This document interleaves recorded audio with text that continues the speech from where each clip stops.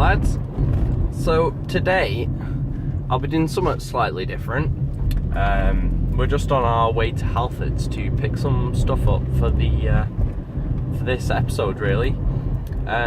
Today we'll be restoring the chrome on a classic Jensen Interceptor MK3, and yeah, it's got little bits of pitting and corrosion and some scratches, so we'll try and address that. Yeah, we should be on our way to Halfords now, and gonna pick up some Auto Glym car polish and maybe some microfibre cloths just to like apply the polish and buff it away. And yeah, should be quite fun and a bit of a different thing. Maybe it might not be your thing, but yeah. Annoying 8 AM traffic. Finally get everyone though in a second.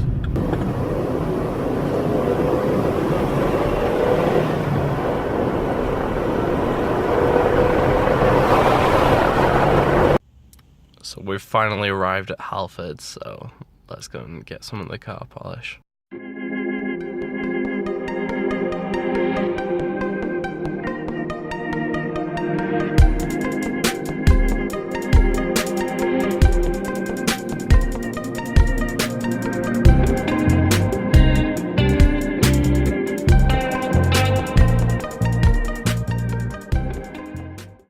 So we're just masking the whole entire car at the moment to just expose the chrome so that we don't get any polish on anything else. So this has been taking a while because there's a hell of a lot of chrome on a Jensen, so we're just getting on with that now.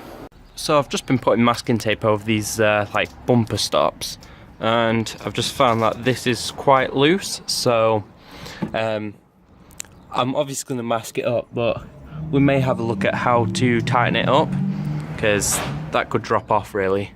So yeah, and there's a few places which are quite awkward to mask, like this. It has the glass in there, and it's real glass, obviously being a classic car, so we need to give them a little bit of a sorting out. And we've also got these beefy ass exhaust pipes which we need to mask, which we need to polish rather.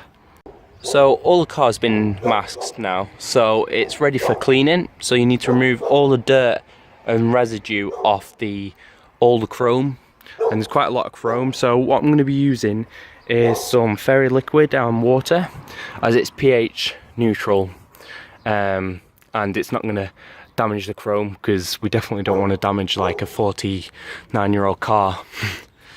So that's what I'm going to go and do now, is clean all the chrome so that it's ready for polishing.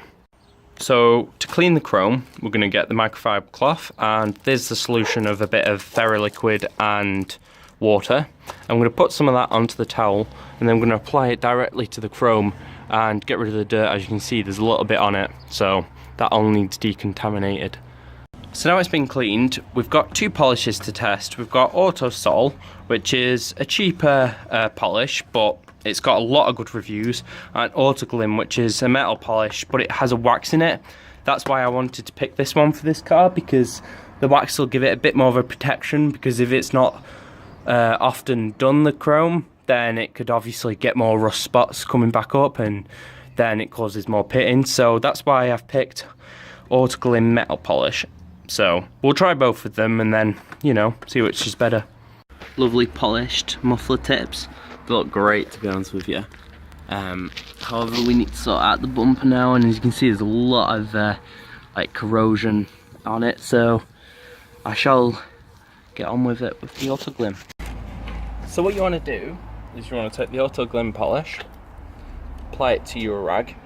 Your rags will go really dirty and dark when you do it, and you want to apply it on like that and spread it out, and then you want to work it in to the metal like so, and it recommends going back and forward. And I found the good thing about the Auto Glym is it has wax inside it, so that it'll give the metal a good protection whilst giving it a good polish at the same time. So you keep repeating this, and for stubborn ones you push harder and work it in a lot more, and then you do it till it's clear.